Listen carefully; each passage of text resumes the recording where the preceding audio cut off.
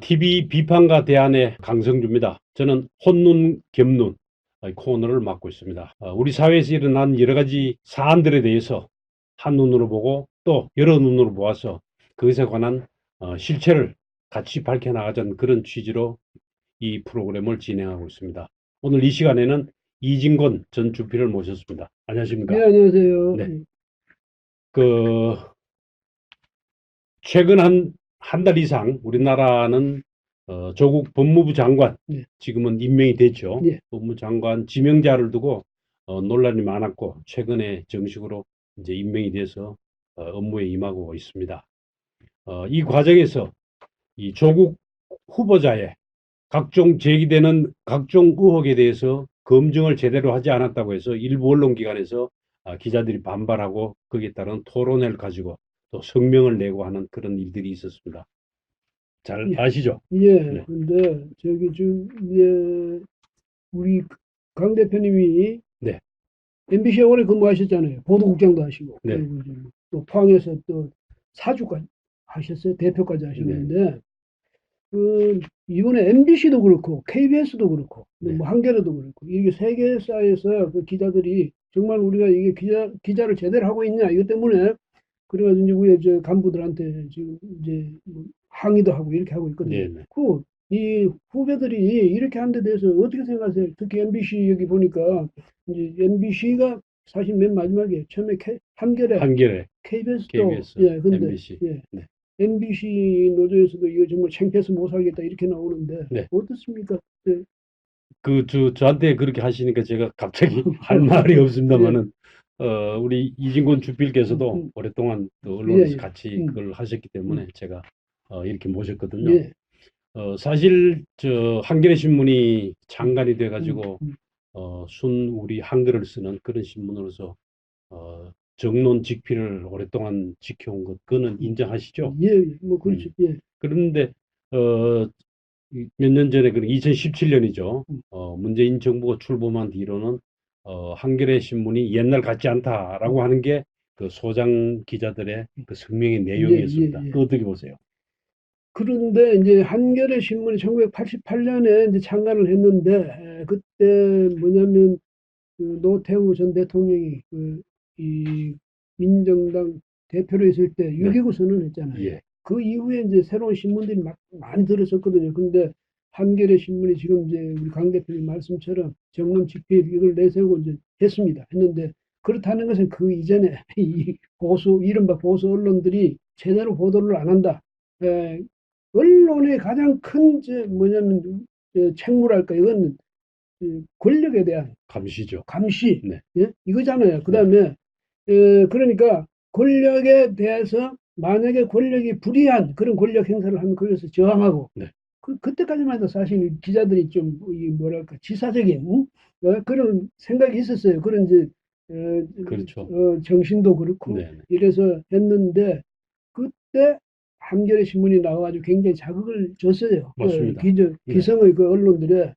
그 다음에는 어떻게 됐냐. 사실 또 한 가지 또 무슨 문제가 있었냐면 그렇게 되니까 그 이전까지는 스트레이트 기사는 팩트만 쓰라. 네. 이제 자기의 의견은 써서는 안 쓰지 된다. 네. 이게 이제 그거인데 한겨레 신문이 들어오서 어떻게 했냐면 이제 이념적인 분화가 생기면서 언론 안에도. 그죠. 87년 이후니까. 막 경쟁을 하게 되면서 어떻게 했냐면 기자들도 또 이 자기들의 그 의견이랄까 사견을 기사에 은연중에 반영하는 그런 이제 사례가 막 늘어나고. 맞습니다. 예? 거기다가 방송도 이제 이렇게 되고 요즘이야 뭐 더더구나 지금 구분 전혀 없어졌어요. 이 차례대로 말씀하시는 게 나을 것 같습니다. 예, 그래서 이런 것 때문에 이제 한겨레 신문이 공도 있고 또 사실 어떤 면에서는 저는 생각할 때 과도 있고 이런데 그러면서도 자기들의 주의 주장을 지켜오기 위해서 굉장히 애를 쓴 건 있어요. 네. 그거는 평가를 해줘야죠. 그러니까요. 근데 최근에 그 젊은 기자들이 낸 그 한겨레 신문의 성명을 보면은 문재인 정부가 출범한 이후로 한겨레 신문은 의용 언론이라는 낙인이 찍힐 정도로 그런 비난 내지는 음. 차가운 눈초리를 받고 있다라고 스스로 이렇게 반성하는 그런 글을 썼단 말이에요. 예. 음, 그게 그러니까 아까 말씀드렸죠. 바로 한겨레 신문에 들어서고 이제 이렇게 되면서 이쪽 언론, 이쪽 언론이 그러니까 지, 옛날 말로 하면 진보 언론, 진영, 보수 언론이 구분됐단 말이에요. 네. 한겨레는 진보를 지향한다면서 그거를 공언을 했거든. 네. 진보를 표방하고 나섰기 때문에 그러다 보면 자연 어떻게 됐냐면 진영 논리에 휩쓸릴 수 있죠. 그래서 지금까지도 보면 언론들이 사실 진영 논리에 많이 휘둘린 측면이 있어요. 예, 맞습니다. 어떻게 생각하세요? 그 점에 대해서? 맞습니다. 예. 그, 그리고 87년 이후에 시작된 그런 음, 진영 논리 예, 편가르기가 예. 지금 와서는 좋게 말하면 꽃을 피웠다. 음. 아니면 최악의 상황에 이르렀다. 이렇게 말할 수 있죠. 예, 그 극성기죠, 지금은. 그래서 그렇습니다. 내 편이면 뭐 무조건 잘못했건 잘했건 내 편이면 무조건 편 들어주는 거고, 네. 그다음에 그게 상대편이면 무조건 공격하는 거. 예, 무릎 꿇고. 지금 네. 그러니까 국민들 사이에서는 오죽하면 기레기 소리가 나오겠습니까? 그래서 그렇죠. 기자란 게 뭐냐? 쓰레기들 아니냐? 네. 우리도 기자했는데 참 창피한 일이죠. 그런데 바로 이런 것 때문에 이제 한겨레 신문이 애초에 이게 뭐 어떤 그 강희철의 법조 외전이라는 그 이제 그 고정란이 있었던 모양이에요. 네. 근데 그 칼럼에다가 우병우 데자뷰 조국 문정권 5년 사이 어떻게 기록될까? 뭐 이런 제목으로 이제 칼럼을 냈는데 그게 이제 인터넷에다가 오르고 4천 만인가 뭐 4분 만인가 4분 만이라고 그러죠. 네. 네, 사가 없어져 버릴 때. 네. 근데 그것 때문에 이제 기자들이 항의하는 거지. 네. 그 어떻게 생각하세요? 그 기자는 쓰는 게 기자 아닙니까? 맞습니다. 예. 그다음에 그러면 기자는 썼다. 데스크들이 그 싹 묵살해 보면 어떻게 합니까? 기자들이 진실을 음, 추구하는 과정에서 음, 그런 충돌은 과거에도 있었고, 예, 뭐, 앞으로도 있을 겁니다. 음. 있지만은, 어, 다른 회사의 내부 일에 관해서 우리가 음, 왈가왈부하기는 어렵습니다만은, 언론의 자유라든지 음. 기본적인 국민의 기본권으로서의 그런 걸 살펴볼 때는, 그 부분은 적절한 조치가 아니라고 저는 생각이 됩니다. 예, 그래서 저도 이제 생각할 때 그건데 뭐냐면 기자는 물론 데스크가 데스킹 하면서 아, 이건 이제 우리 한겨레도 그런 게 있었던 거예요. 이거 우리 뭐야, 그가 우리 신문의 그 방향하고는 안 맞다. 네. 뭐 이래서 아, 데스크도 뭐 하기가 자를 수도 있죠. 그러니까 그 편집권이라는 게 말하자면 데스크의 편집권도 있는 거거든. 뭐 기사 안 실어줄 수도 있고 실어줄 수도 있는데 중요한 거는 기자들이 나는 옳다고 썼다. 그러므로 이 간부들이나 회사 측에 대해서 자신이 옳다는 것을 주장할 수 있고, 이, 이제 뭐냐면 불합리한 그런 처사에 대해서는 항의할 수 있고, 이런 이제 분위기가 돼 가는 게 그게 중요하거든요. 맞습니다. 예, 그런 점에서 저는 이제 이 한겨레 기자들이, 젊은 기자들이 이제 이게 성명서도 내고 했잖아요. 네. 그 점, 그러니까 지금 강 대표님 말씀처럼 누구 옳고 그르고 문제는 아니지만, 적어도 이렇게 기자 정신이 회복된다.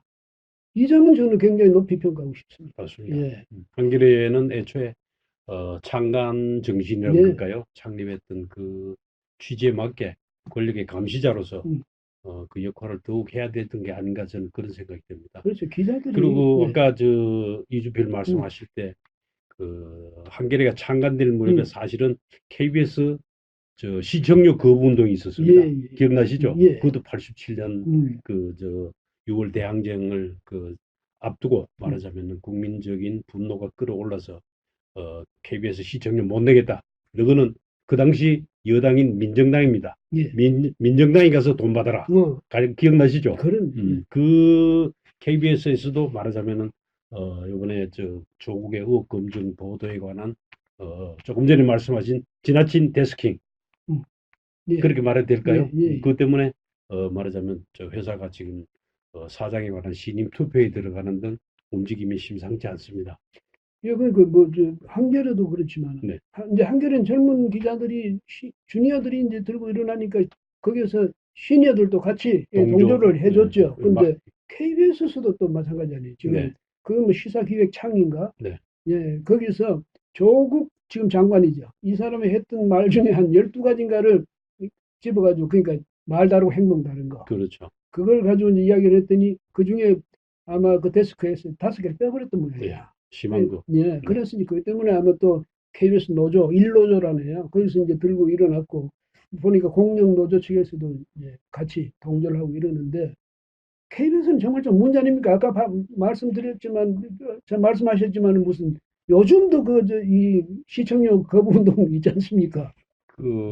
지금 야당 쪽에서는 음, 그런 얘기를 하고 예, 있죠. 예. 지금 이런 방송, 지금, 이따가 시간이 되면 말씀 드릴까 하는데, 음, KBS의 수입 구조가 지금 굉장히 예, 취약해졌습니다. 예. 광고가 주는 바람에. 음. 근데 그거는, 뭐 여러 가지 이유가 있겠지만은, 지금 일어나고 있는 이런 일들, 즉, 시청자들한테 외면을 받고, 시청자들한테 외면을 받아서 시청률이 낮으니까 광고가 붙지 않으니까 따라서 수입이 예. 줄고 가령 이런 악순환이 되고 있는 판인데 어떤 정파적인 보도가 계속될 경우는 말하자면은 그것이 국민적인 분노로 연결될 경우 시청료 납부 거부 운동이 다시 일어나지 않으려는 보장이 없습니다.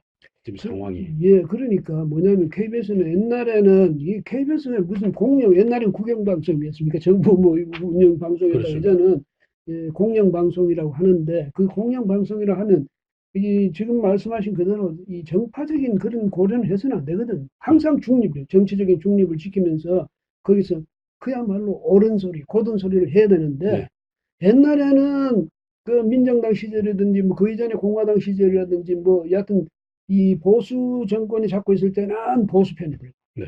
박근혜 정부 때도 또 사실 그때까지도 그랬을 뭐 거예요. 그때도 예, 시끄러웠죠. 예. 네, 그러다가 또 이제 지금 문재인 정권 들어서니까 또 확실하게 또 이쪽으로 쏠리고 네. 이게 그러니까 국민들이 볼 때 KBS를 공영방송이라서 신뢰가 가야 되는 뭐 정권에 따라서 이렇게 휩쓸리면서 이게 무슨 저기 이, 이 기자라는 사람들 아주 그 기자들이 사회적으로 볼 때는 지성인으로 보여야 되는데 이런 사람들이 말이죠 이렇게 기류에 따라서 그냥 이렇게 뒤집어지고 엎어지고 이런 식이 네. 되니까 그 좀 기자들 자존심을 좀 세워야 되는 거 아니에요? 이런 거 보면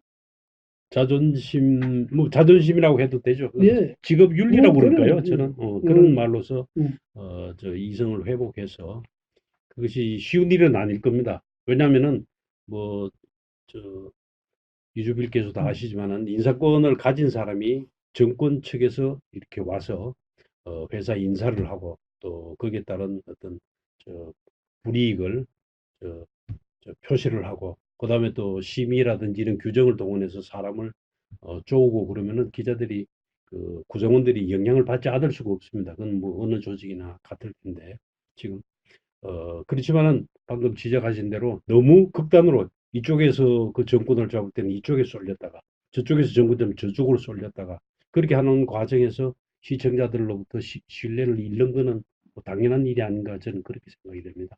예, 그래서 이 언론이 불편부당한 그런 보도 자세를 갖춰야 될 텐데 이렇게 권력에 따라서 휩쓸리고 저렇게 되니까 지금 제가 말씀드렸습니다만은 기자라면 지식인이라면 나름대로 그래도 심지가 굳어야 되는데 네, 뭐 세파에 따라서 그냥 쉽게 왔다 갔다 이런 것이 저도 이제 뭐 기자를 하고 있습니다만 갈수록 이렇게 오히려 이제는 옛날하고 달라져야 될 텐데 더 심해진 게 이게 참 안타까운 일이고요. 그다음에 이 보니까 뭐 KBS 노조뿐 아니라 지금 드디어 네, 지금 강 대표께서 계셨던 MBC 여기에서도 노조가 또 이건 좀 너무 심하다. 네, 그래서 편파성이 너무 심하다. 이렇게 또 지금 성명서도 내고 또 났었어요. 나왔습니다. 예, 지난 9월 6일 날 MBC 노조에서 성명을 냈는데 예, 제목을 제가 즉 메모해 음, 왔습니다. 침묵하는 기자들, 음, 추락하는 MBC. 예, 이런 제목의 성명이 나와서 내용은 비슷합니다. 예, 회사에서 말하자면 특히 지금 같은 경우는 조국 후보자에 대한 의혹 검증에 대해서는 음, 일체 반대로 가는 음, 의혹을 검증하는 게 아니라 조 후보자를 이렇게 두둔하고 덮어주는 음. 그런 보도를 하는 그 현실을 보고 기자들이 그렇게 성명을 낸 거죠. 예, 그러니까 이제 한겨레 신문에서 아까 우리 얘기했던 그 뭐 조국 보도 참사 이제 거기 한겨레에서 네, 항의를 하고 이러니까 그걸 보고 네, MBC 측에서 보니까 질식할 듯한 수치심을 느꼈다. 네, 그래서 우리도 이야기하지 않을 수 없다 이런 건데 지금 말씀하신 초기에는 조국 후보 그때 후보자 때 아예 뭐 보도를 잘 안 했던 모양이에요. 네, 네, 게다가 나중에 이제 하도 이제 저항이 들어가고 하니까 하는데 보도는 하는데 조국 후보에게 유리한 건 키우고 네. 불리한 건 어? 네. 줄이고 뭐 이런 식으로까지 보도했다. 이제 주장이에요. 네. 그런데 어쨌든 이 사실은 이런 것은 다양성이 있는 건 좋습니다. MBC나 한겨레나 뭐 KBS나 노조 그 지금 저항하는 노조만 반드시 옳고 뭐 회사 측 아니면 간부 측은 무조건 나쁘다 그런 이야기가 아니고 네. 이런 걸 통해서라도 소통이 원활하게 일어나야죠. 뭐 기자들 다 죽어가지고 시킨 대로 하면 그 기자 아니잖아요. 예. 어떻습니까? 그 간부가 시킨다고 그대로 다 따라하는 그 기자라고 하기가 좀. 기, 저, 아까 말씀하셨죠. 기레기라는 다른 별칭도 음, 있고, 더더구나, 제가 선배로서, 예, 지금 어려운 환경에서 일하고 있는 후배들을 이렇게 조금 나쁘게 음, 말하는 그 마음은 음, 사실 저도 마음이 아픕니다. 예, 아프고. 그렇지만은, 기자라는 직업이 어느 직업이나 다 갖고 있는 내재된 문제가 있고, 힘든 점이 있으리라고 믿습니다. 뭐, 예, 그렇지 않겠어요? 경제도 어렵고 그러니까 모든 직종이나 직업에서 어려움이 있을 텐데, 그래도 언론인 혹은 기자라는 직업은 그거하고는 다른 예. 그런 어떤 사명감 혹은 그런 더 요구되는 게 아닌가 저는 그런 안타까운 마음을 갖고 있습니다. 근데 옛날에 말이죠. 네. 사실 이런 게 있어요.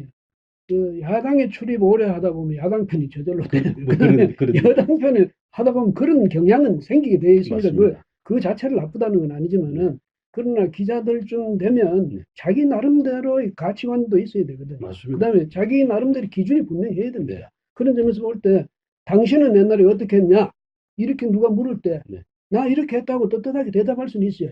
네. 그렇잖아요. 나중에 후배들이 당신 옛날 기자할 때는 어떻게 했는데 이러면 나 이렇게 했어. 이렇게 떳떳하게 대답을 해야 돼요. 뭐 그게 잘못이건 잘이건 그 부분이 아니에요. 네.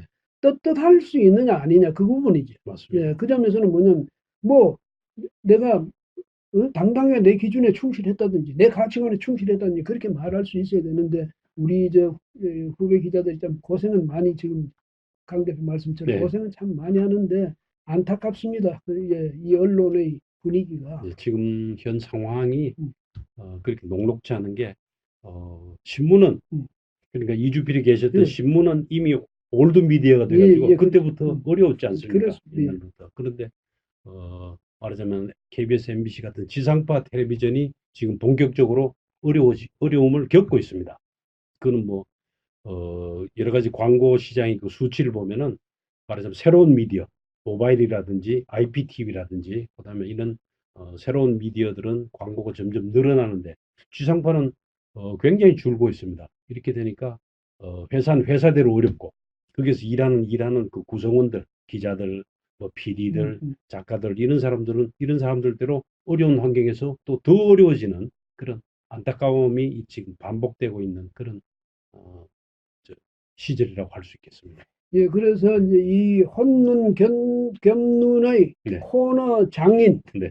코너를 맡고 계시는 우리 강 대표님께서 네. 이런 이제 상황이 언론과 또 정권과 또 국민 모두가 함께 같이 발전해 나갈 수 있는 네. 그런 방안에 대해서 한 말씀 해가지고 좀 마무리로 하는 게 예, 어떻겠습니까? 예, 그러죠.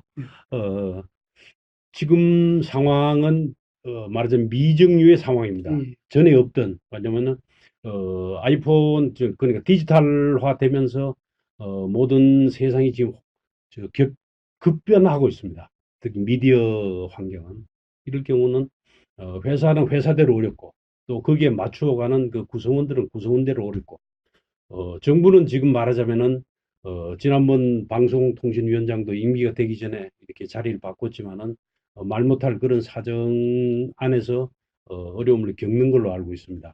그래서 이때는 각자가 자기 위치에서 최선을 다하는 것 말고는 이거 아주 평범하고 해도 되고 안 해도 되는 그런 말인데 그 말고는 달리 방법이 없을 것 같습니다. 더 정확하고 더 정확한 보도를 하는 수밖에 없고 그다음 제작도 마찬가지로 국민들이 공감할 수 있는 많은 사람이 고개를 끄덕일 수 있는 그런 제작을 하는 거고 또 경영진은 조금 어렵더라도 외풍을 막아서 구성원들이 좋은 보도나 좋은 제작을 할 수 있게 도와주는 것 그리고 기본으로 돌아가는 것 그거 말고는 저는 방법이 없고 어려운 시기는 함께 힘을 합쳐서 마음을 합쳐서 겪어내고 참아내는 것밖에는 길이 없다고 저는 생각을 합니다. 예, 그 말씀 드리니까 저도 생각이 나는데 네. 기본은 다 아는 일입니다. 맞습니다. 누구나 다 기본은 아는데 지키는 사람이 거의 없다는 거예요. 그게 문제죠. 네. 예, 오늘 많이 배웠습니다. 예. 예.